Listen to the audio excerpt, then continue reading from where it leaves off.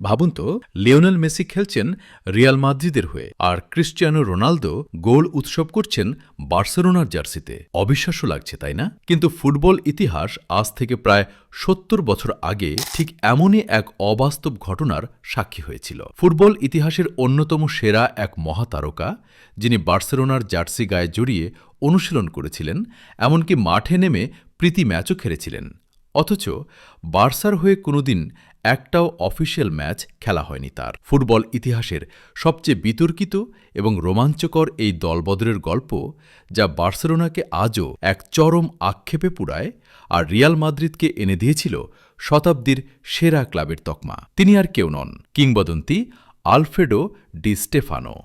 ১৯৫৩ সালের কথা। Colombian club মিলোনারিওস ছাড়ার সিদ্ধান্ত নেন দ্য ব্লন্ড অ্যারো খ্যাত আলফ্রেডো ডি স্টেফানো। তৎকালীন ফুটবলের এই জাদুকরকে দলে ভেড়াতে স্পেনের দুই চিরপ্রতিদ্বন্দ্বী পরাশক্তি রিয়াল মাদ্রিদ এবং বার্সেলোনা একেবারে মরিয়া হয়ে ওঠে। এখানেই শুরু হয় ফুটবল ইতিহাসের সবচেয়ে বড় নাটক।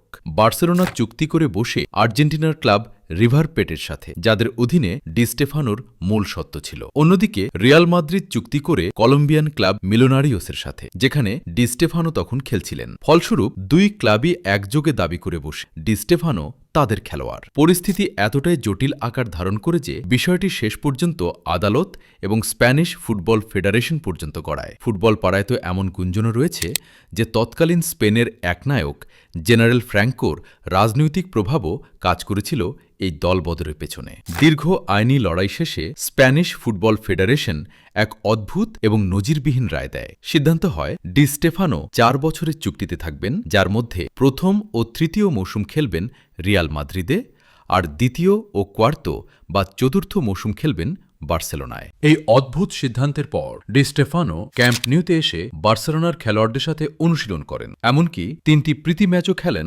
ব্লাউগ্রানাদের জার্সিতে। কিন্তু ফেডারেশনের নিয়ম অনুযায়ী অফিসিয়াল ম্যাচে প্রথমে রিয়ালের হয়ে মাঠে নামার সুযোগ পান তিনি। টুইস্টটা আসে ঠিক এরপরেই। রিয়ালের হয়ে প্রথম কয়েকটি ম্যাচে ডি স্টেফানোর পারফরমেন্স ছিল বেশ হতাশাজনক। আর ঠিক এই জায়গাতেই বার্সেলোনা ম্যানেজমেন্ট ফুটবল ইতিহাসের সবচেয়ে বড় ভুলটি করে বসে। তারা ভেবেছিল এই স্ট্রাইকারকে দিয়ে হয়তো আর বড় কিছু হবে না। চরম হতাশ হয়ে বার্সা মাত্র ৪ দিন পর তাদের চুক্তির অংশটুকু রিয়াল মাদ্রিদের কাছে বিক্রি করে দিতে রাজি হয়ে যায়। বার্সেলোনা তাদের চুক্তিপত্র রিয়ালের কাছে হস্তান্তর করার ঠিক ৪ দিন পরেই ফুটবল ঈশ্বর যেন এক নির্মম রসিকতা করলেন। চিরপ্রতিদ্বন্দ্বী বার্সেলোনার বিপক্ষেই এল ক্লাসিকো ম্যাচে মাঠে নামলেন ডি স্টেফানো, আর সেই ম্যাচে হ্যাটট্রিক সহ একাই করলেন ৪ গোল। রিয়াল মাদ্রিদ ম্যাচটি জিতেছিল ৫-০ ব্যবধানে। বার্সেলোনা ততক্ষণে বুঝতে পেরেছিল তারা নিজেদের পায়ে নিজেরাই কুড়াল মেরেছে। ডি স্টেফানোর আসার আগে রিয়াল মাদ্রিদ টানা ২০ বছর কোনো লিগ শিরোপা জেতেনি, কিন্তু তার জাদুকরি ছোঁয়ায় বদলে যায় পুরো দৃশ্যপট।